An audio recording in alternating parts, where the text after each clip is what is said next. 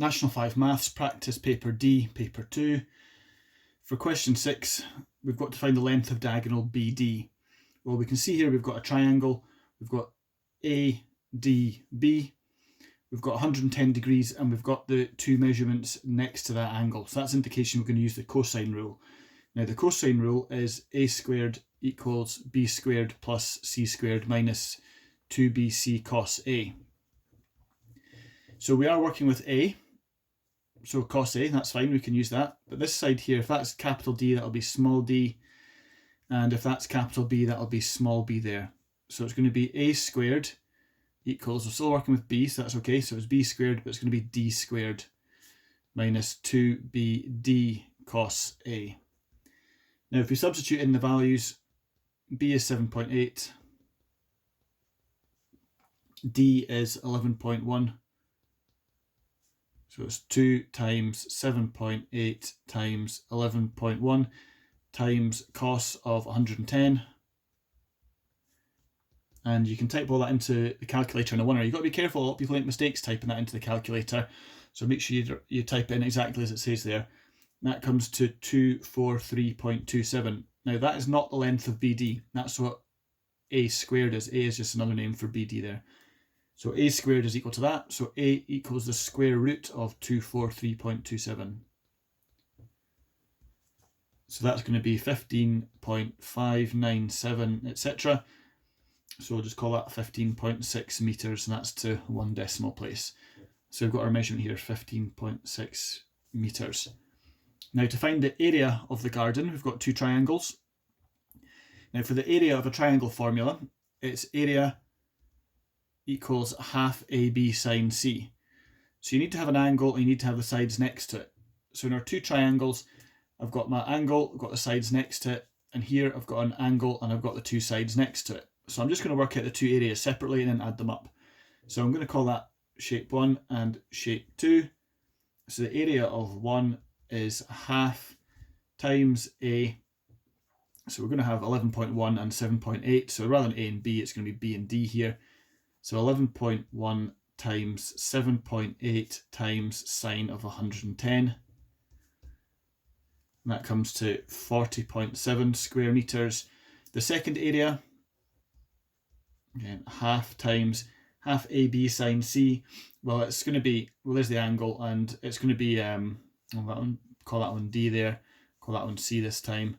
I'm not going to bother writing that down. So it's just a half times 9.3 times 15.6 times sine 78, plugging all that in, and that gives me 70.954, etc. So that's going to be 71 square meters. So we're going to add together that and that.